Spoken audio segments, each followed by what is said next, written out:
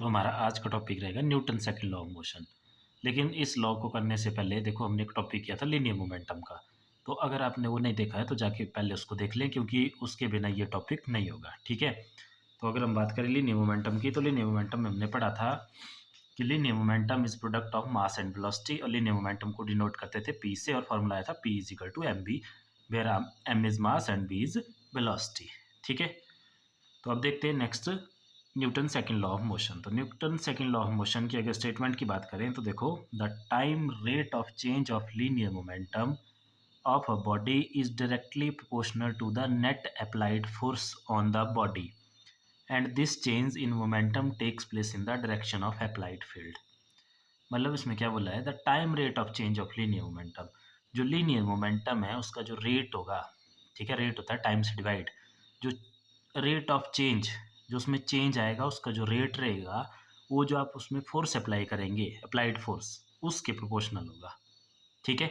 और ये जो आगे लाइन लिखी है कि this change in momentum takes place in the direction of applied force, इसका मतलब ये है कि अगर आपने वो फोर्स उसके मोमेंटम को कम करने के लिए लगाई हुई है तो वो उस तरह से आएगा, और अगर ज़्यादा करने के लिए लगाई हो तो वो उस तरह से आएगा, ठीक है। अब देखो इसमें मान लो किसी बॉडी का जो मोमेंटम है वो पी है, और जो उसमें फोर्स लग रही है दैट इज़ एफ। तो डी पी हमने मान लिया कि change in momentum of a body in time interval D T. अब आपको पता है कि डी टी मतलब डी से हम जो है स्मॉल सी चीज़ें हैं, जो स्मॉल सा चेंज होता है उसको शो करते हैं। तो डी टी एक छोटा सा टाइम कंसिडर कर लिया हमने, और उसमें बोला हमने कि बॉडी का जो मोमेंटम चेंज हुआ वो हुआ डी पी, ठीक है। तो फिर इसका रेट क्या बन जाएगा, रेट अब आपको बताइए टाइम से डिवाइड होता है, और अगर रेट ऑफ चेंज निकालना है तो उस चेंज को टाइम से डिवाइड कर देंगे। टाइम कितना है, डी टी, तो ये आ गया rate of change, D P over D T, time rate of change of linear momentum, ठीक है। अब देखो न्यूटन सेकंड लॉ के अकॉर्डिंग क्या बोला है, तो न्यूटन सेकंड लॉ के अकॉर्डिंग बोल रहा है कि ये जो time rate of change of linear momentum है ये डायरेक्टली प्रोपोर्शनल होता है अप्लाइड फोर्स के। तो अप्लाइड फोर्स हमारे पास एफ है यहाँ पे, तो हम लिख सकते हैं ना, F is directly proportional to D P over D T, ठीक है। अब देखो जब प्रोपोर्शनलिटी साइन हटाते हैं तो कांस्टेंट आता है, तो कांस्टेंट आ गया हमारे पास यहाँ के डी पी ओवर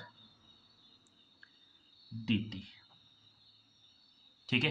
ये एरो हम इसलिए लगा रहे हैं क्योंकि फोर्स भी वेक्टर क्वांटिटी है और मोमेंटम भी आपके पास वेक्टर क्वांटिटी है। अब एक ये जो है यहाँ पे ये कांस्टेंट ऑफ प्रोपोर्शनलिटी है। अब देखो ये जो लीनियर मोमेंटम है इसका अगर हम इसमें फॉर्मूला पुट कर दें तो फॉर्मूला हमें पता है बी नो, लीनियर मोमेंटम किसके इक्वल होता है हमारे पास, मास इंटू वेलोसिटी।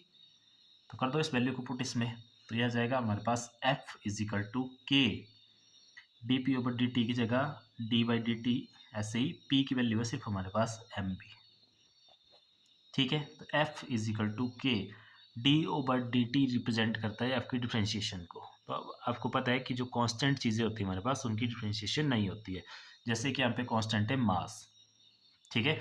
इसका मतलब क्या है, डी बाई डी टी का मतलब है जो टाइम के साथ चेंज हो रहा है। तो टाइम के साथ चेंज मास तो होगा नहीं उस बॉडी का, सिर्फ वेलोसिटी चेंज होगी।